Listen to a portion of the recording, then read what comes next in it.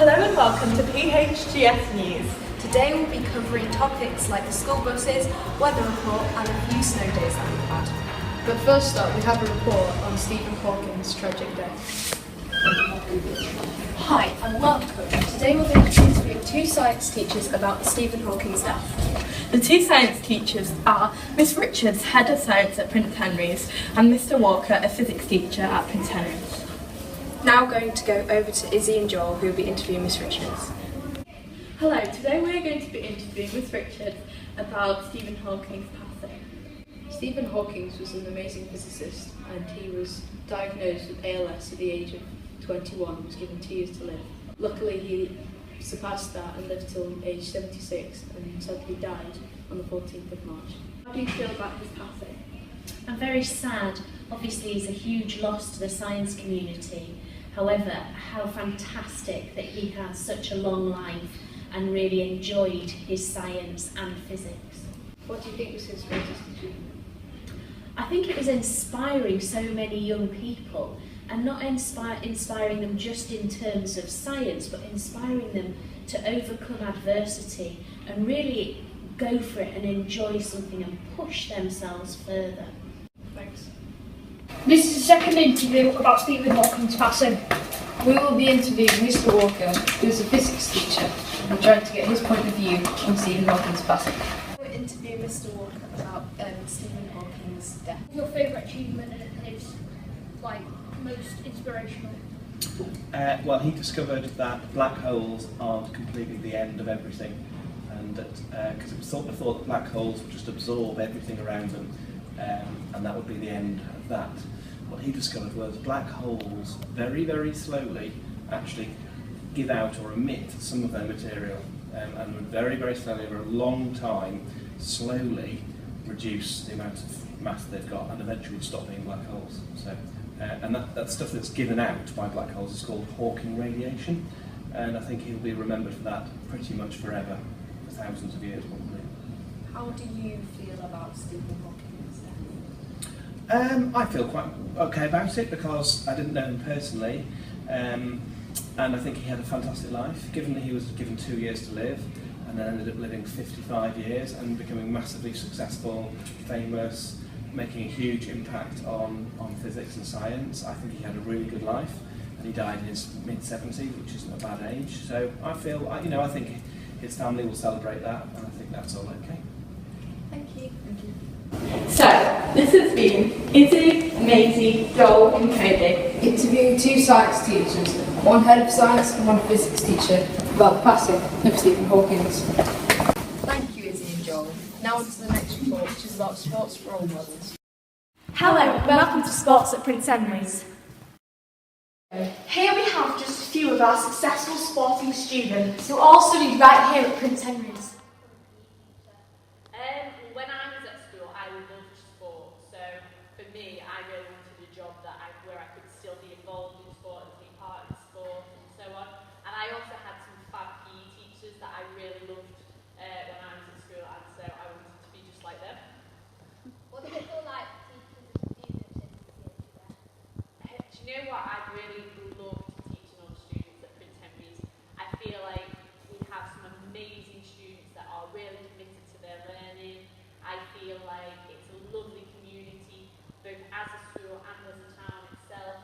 I feel students are really keen to learn and keen to do well, and as a teacher, that's really rewarding to see, especially when you've got students that want to do well and want to listen to what you have to teach them. And so for that sake, it makes teaching really pleasant and an enjoyable job. What sports did you do out of school? Outside of school, I play five-side football, I play netball, and I also play rounders, and I do some running as well to keep myself fit. Reporting from Prince Henry's Grammar School from Katie, Scarlett, Jake and Polite. Thank you for that. Now we're going to talk about our school bus. Welcome. We are going to interview a student that goes on the X84. How is your bus affecting your learning? I think it's affecting my learning because it's generally very late. What is the latest time your bus has come this year? The latest time it's come is 8:30 when school starts. Thanks for watching. Buses we've been talking about. Now we are going to interview Mr. Roboter. Welcome to PHGS Buses Report. We'll be talking about how buses affect children's learning. What do you think about this, Sir? I think, well, obviously buses are particularly important to this school in terms of the amount of students that come on buses. So if buses aren't on time or buses cause us a problem, it has a knock-on effect in terms of the learning of our students. So buses are extremely important in terms of how our students can learn and whether our students are actually here to learn in the morning. How many buses come in late? Well, generally the buses don't come late. But usually each day there is a bus for some reason that's late, which is very, very frustrating. Earlier in the year it became so frustrating that we worked with our parents to try and sort of improve that situation, and I think we did. If you were to ask me whether buses are still late, occasionally buses are late, but we try and monitor that in terms of when the buses arrive each day and challenge it where it's becoming a bit silly. Which bus do you think is the worst for being late? Well, the bus historically that's been worse for being late has been the X84 bus, which is a service bus. But it would be difficult to say one or the other. Sometimes when bus companies change and bus drivers change, a particular bus driver ends up starting their route too late and we have to challenge that. So I can't tell you one bus in particular of our Prince Henry's buses. All I can tell you is that we monitor that and then we try and challenge that when a bus is continually late. Do you think the buses are too crowded? I think that some buses can become too crowded and there's a number of reasons for that. Sometimes bus drivers are a little bit lenient in terms of letting students onto their bus who haven't necessarily got a pass for that bus. Sometimes the amount of students coming from certain areas changes and we need to work with the bus company to put on extra buses, as happened with the Menston bus. But I think generally the bus drivers will make a point to their company if they feel they've got too many students on the bus. Sometimes that might mean though they have got too many on and then they need to go and deal with that after. I think buses are better because they bring more people into school on time. Well, I think you're probably right, and that's, you know, in terms of the Prince Henry's buses, that's exactly what happened in Menston, where we needed an extra bus, and we were able to work with parents to get an extra bus to bring students into school. So we have more control over the Prince Henry's buses than we would over a service bus.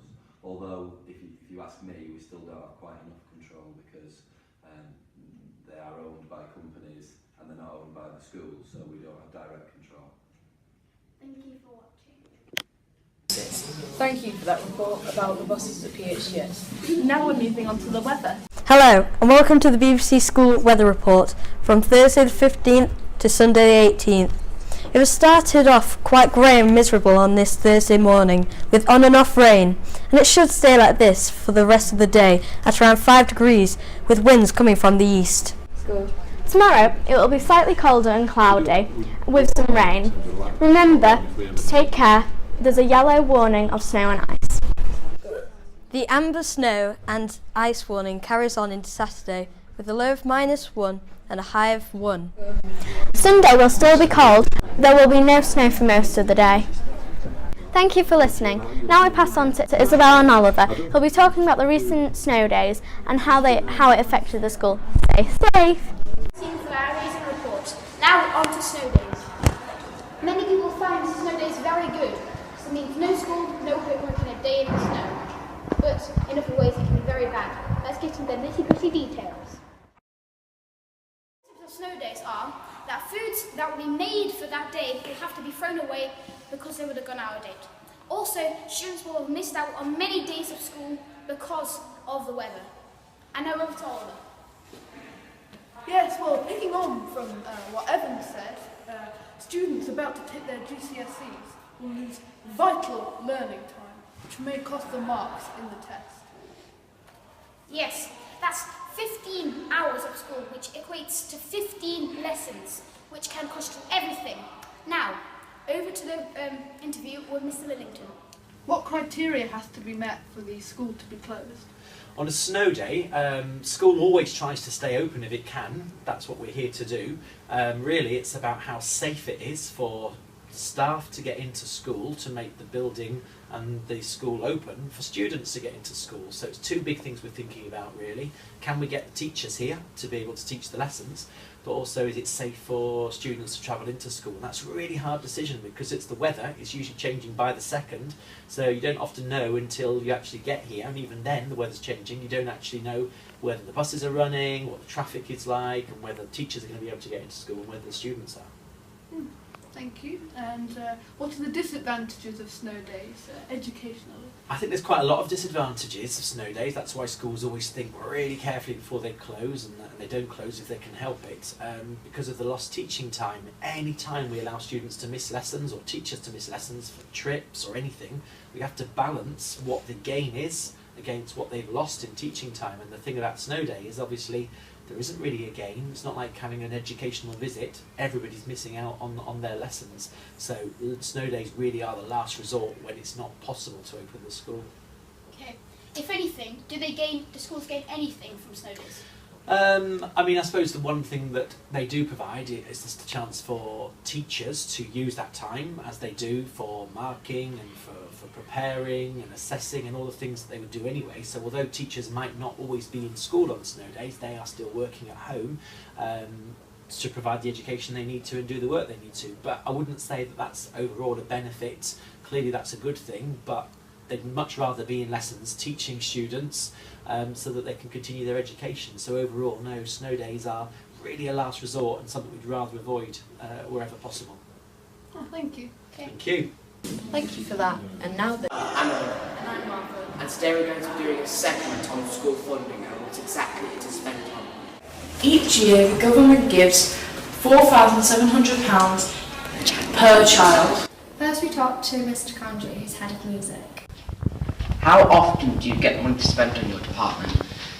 Well, like all departments, we get allocated a sum of money from the sort of central school pot every year, and that is basically based on how many people do your subject. Then we talked to Miss Cunniff, who's head of English. Do you ever need more money than you get? Yeah, I would say. And what do you need it for? I would like to be able to spend money on getting a theatre company in to perform, getting writers in to work, to do workshops. And I suppose the reason why I don't spend money on that is because things like books will last many years and students need them to do their courses. Whereas a theatre company, although it's really enjoyable and would have impact, might not be seen as such value for money. So I would like to have more money to do more what we call enrichment. Then we went to go see Miss Lee, who's head of Year. We're here with Miss Lee, head of Year 8, and we have some questions. How do you think the funds should be spent on individual year groups? Individual year groups? I think some money spent on student counselling sessions, there's one available for students to go to if they feel that they need to chat something over rather than discussing with the year manager. Because it's not always appropriate to do it in our office, it'd be nice to have somewhere else for them to go to. What else do you think is underfunded for year groups? Other than counselling, maybe it'd be nice, I'd like to be able to spend some more money on rewards. Obviously we do have small rewards, we've got the stamps and things as well which don't cost us anything, we do have sweets, but it'd be nice to do something a little bit bigger. Thank you. Thank you for that. And now Welcome to EHGS Sport Report. I'm Cameron. And I'm Finn. Today we'll be talking to Mr. Robot about the team's success. But first, we'll hand over to Joan Taylor with the report today. The under-13s have surprisingly enough not yet lost a match. So look to the book. Can't say I disagree with you there. On to the netball team. Yes, they've lost a few, but they're still going strong. Yes, another fit-in camp with Mr. Robot. Hello, Finley. We're here to talk to you about like the under-13s teams, so like all the other PE sports. Right. So as you may know, the under-13s go to Roslyn Park. Are you proud of them that they've got to that stage? Absolutely. We're proud of all our teams that do not just the rugby teams, the rugby, the netball, and all the other sports that our school, our students represent. Even if it's stuff that's not necessarily something we do as a school sport, we're we're always keen Yeah. to find out about our students that are doing well in anything, not just sport. Yeah.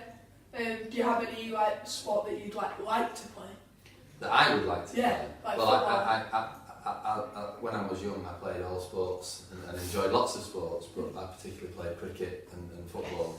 And cricket was the one that I ended up being strongest at. But I'm very much a jack of all trades, master of none, probably in the end. But I, certainly sport brought a lot to my life and brought a lot to my experiences and my skill set, I think, actually. So I'm certainly very, very interested in our young people broadening their horizons, not just in sport, but in all aspects of their development. Yeah, just one last question. Do you think any of our rugby players specifically could make it onto the England team, or do you think they all have a chance? Well, I think some of our ex-students are on the current England squad. So in answer to your question, that some of our ex-students, Lewis Boyce, who was in sixth form 2 years ago, is currently or has been in the England squad this summer, and a number of other students as well.